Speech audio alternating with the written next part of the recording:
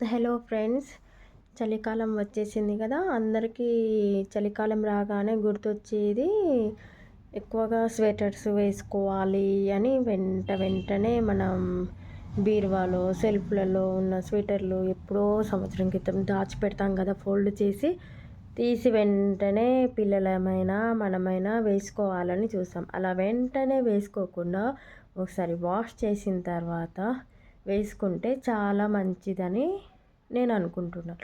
ఎందుకంటే పెద్దవాళ్ళైతే అది వేసుకోగానే ఒక్కోసారి మంచిగా ఉంటే పర్లేదు. కొన్నేమో ఫంగస్ వచ్చేస్తుంటాయి కదా! సెల్ఫ్‌లో అలాగే వచ్చి చెమ్మ వచ్చి ఫంగస్ ఏర్పడి గోకుడొస్తుంటది. పెద్దవాళ్ళైతే గోకుడొచ్చిందని వెంటనే తీసేస్తాం. చిన్న పిల్లలైతే అలాగే వేసుకుంటారు. స్కిన్ ఎలర్జీస్ వస్తుంటాయి. అందుకనే చెప్తున్నాను. అలా వెంటనే వే వే పిల్ చిన్న పిల్లలకు అలా వెంటనే వేయకుండా ఒకసారి వాష్ చేసిన తర్వాత వేస్తే చాలా మంచిది. లాస్ట్ ఇయర్ కొన్నాం కదా! ఈ ఇయర్ ఎందుకు కొనాలి అనుకోవచ్చు. ఎవరిష్టం వాళ్ళది. వాళ్ళ యొక్క బడ్జెట్‌ని బట్టి కొనుక్కోవచ్చు, కొనుక్కోకపోవచ్చు. అది ఎవరి ఇష్టం వాళ్ళదండి. ఇంకొకటి స్వెటర్ కొనేటప్పుడు కొన్ని స్వెటర్స్ ఈ స్వెటర్ ఇలా ఉంది కదా! ఇది స్వెటర్ ఏందంటే 2 ఇన్ 1గా యూజ్ చేయొచ్చండి దీన్ని. ఒకవైపు ఏమో ఇలా ప్లెయిన్‌గా ఇలా ఉంది. ఇంకోవైపు ఏమో కొంచెం డిజైన్ వచ్చేసింది. ఇలా 2 ఇన్ 1గా కూడా ఉంటాయి స్వెటర్స్. ఇంకా చాలా మోడల్స్ వచ్చాయి. అవి కూడా మీ ఇష్టం, ఎవరి ఇష్టం వాళ్ళదండి. చెప్పాను కదా! ఓల్డ్‌దే మనకు కావాలి, మన శరీరం వెచ్చగా ఉండాలని. సోకులకు పోయి బడ్జెట్ డబ్బులు వృధా చేసుకునే వాళ్ళంటే అది ఎవరిష్టం వాళ్ళదండి. అవునా కదా! ఇంకొకటేందంటే చిన్న పిల్లలకైనా, పెద్దవాళ్ళకైనా ఈ ఈ చలికాలంలో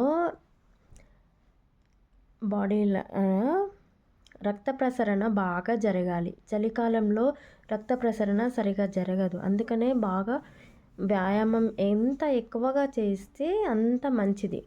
మంచిగా చెమట రావాలండి వ్యాయామం చేస్తే.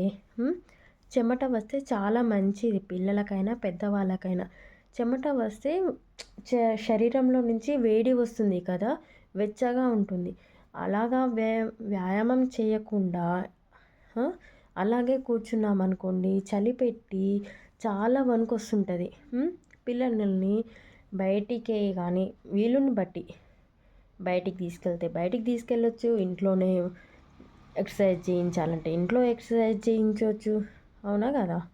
అది వాళ్ళ ఇష్టాన్ని బట్టి, ఎవరి ఇష్టాన్ని బట్టి వాళ్ళు చేసుకోవచ్చు అని చెప్తున్నాను అంతే.